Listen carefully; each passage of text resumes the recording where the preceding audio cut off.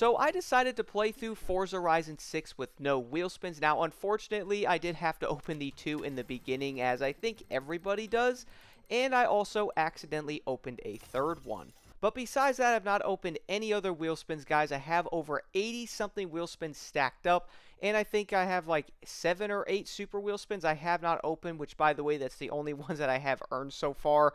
The biggest thing is, though, I have also noticed a lot of the cars might have wheel spins and different things, so I'm probably well over 100 plus wheel spins that I probably could have opened by now but haven't, because I simply wanted to see how this game would play without using wheel spins whatsoever. And I have to say, it was insanely fun not using any wheel spins. But the biggest reason I think, though, is I have seen a lot of people say that the wheel spins kind of ruin the game, or they kind of ruin the overall sense that you're earning things in Forza or in general, because obviously FH5 and 4 also had wheel spins and stuff. And I kind of went, you know what, let me just play this game with no wheel spins, as I did something similar with Forza Horizon 2. I got to like level 75 without them, and I was still earning money and stuff and being able to buy different cars without getting any wheel spins. But I kind of knew that FH6 has way more cars and different things that you'd have to do. You'd have to do races with certain vehicles that I probably wouldn't have, so I would have to go around and find those. But the thing is, though, making money and stuff like that from the races worked very well. I obviously made a good amount, and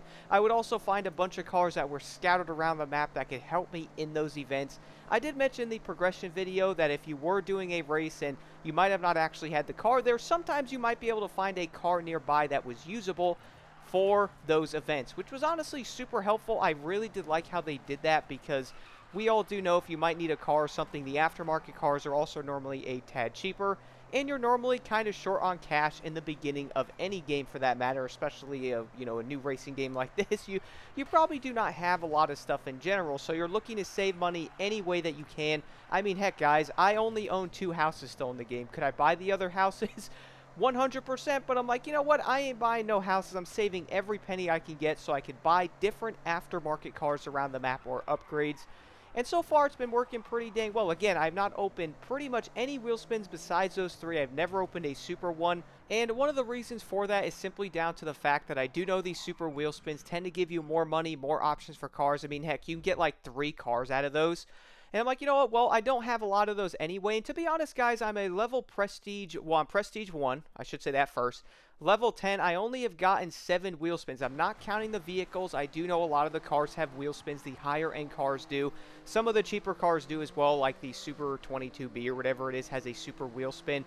So yeah, some of those cars obviously have them. But so far, besides any of those, I have earned a total of 7 super wheel spins, which is kind of insane to me. I'm literally over level 200, basically 210 if you think about the prestige thing. I only have 7 of those earned, which is kind of wild to me. And I have around, I think, 85 wheel spins, something around that I can use for the regular ones there, not including the cars and, all that good stuff again. But it's kind of wild to me, if you don't open any of them, it does obviously slow the gameplay down a little bit. But to be real, it doesn't really change that much, if I'm being honest. I think the wheel spins kind of help you in a way to get some of the cars quicker, get you some of that money a tad quicker. I do think, you could probably have a slower experience if you don't want to have the wheel spins. But as I talked about in the other video, guys, I don't think a lot of players want nowadays in the progression video. I don't think they want to, go grind for 15 hours for cars and all that. I think they'd rather have a small boost, and that's kind of the way I look at the wheel spins. I thought about this with Forza Horizon 2.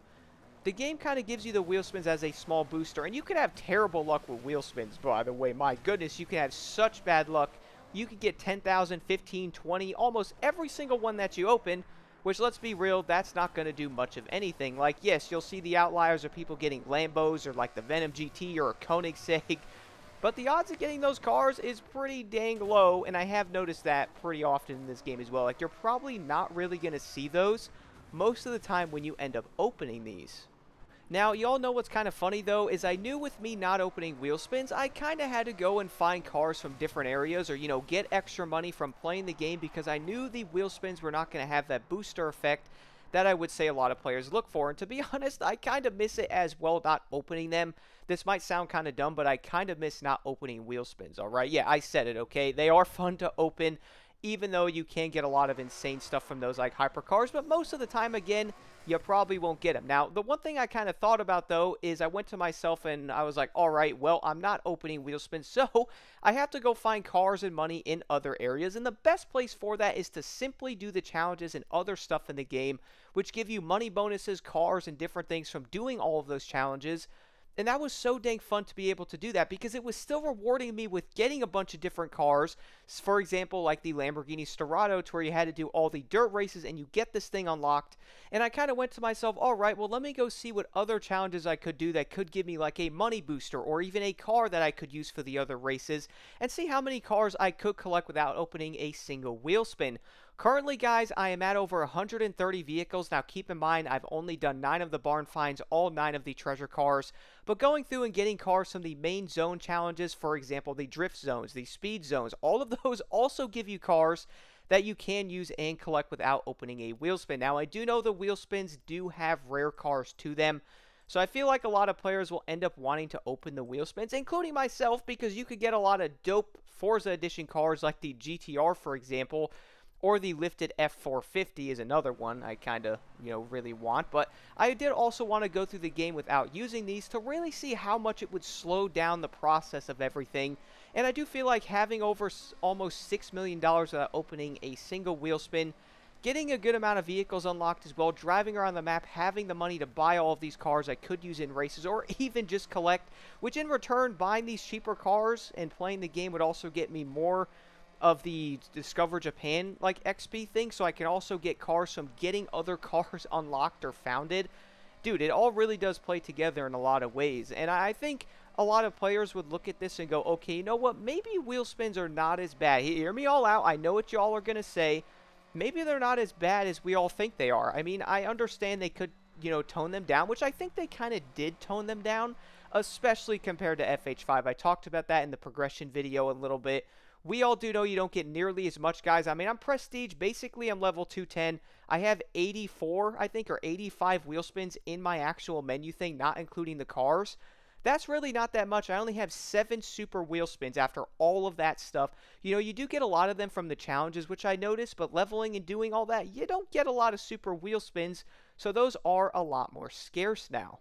But it also seems like the regular wheel spins on top of it are also a bit more scarce, and I think from what I have been noticing online, a lot of players are not getting the greatest rewards out of the regular wheel spins anyway, so I don't really think it affects the gameplay that much, especially after not using them for over almost 50 hours into the game, which I'm sure you guys probably know that, but I have not used any wheel spins over 50 hours into the game, and to be real, I'd rather open them, get more cars, collect them, build, have some fun, and mess around, and being able to get other things unlocked from getting those cars or clothing items or whatever I do would probably give you a better experience overall. That's why I think not playing without wheel spins just to make your progression experience better.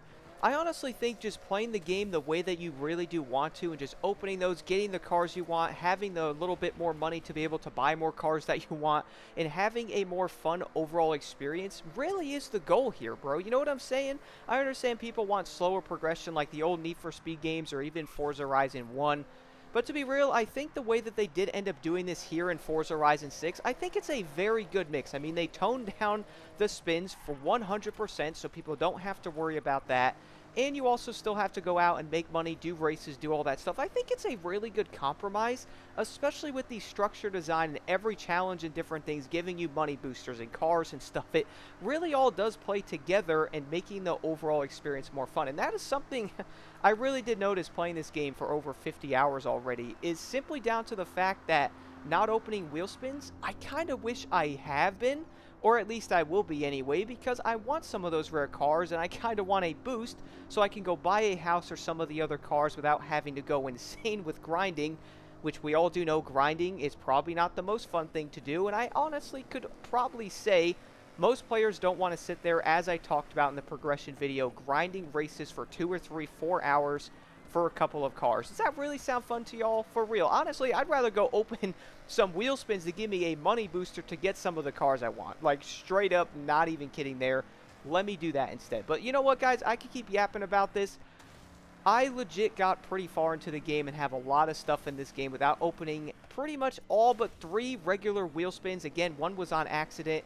I still have a ton of stuff to do, but also I kind of want to open them because you still have that fun factor of getting rare cars or getting different things that can help you, which adds on to everything. And to be real, if you're looking to do that for slower progression, at this point, I'm going to say this, I'm gonna end this off here. I don't think it's really going to make the experience better.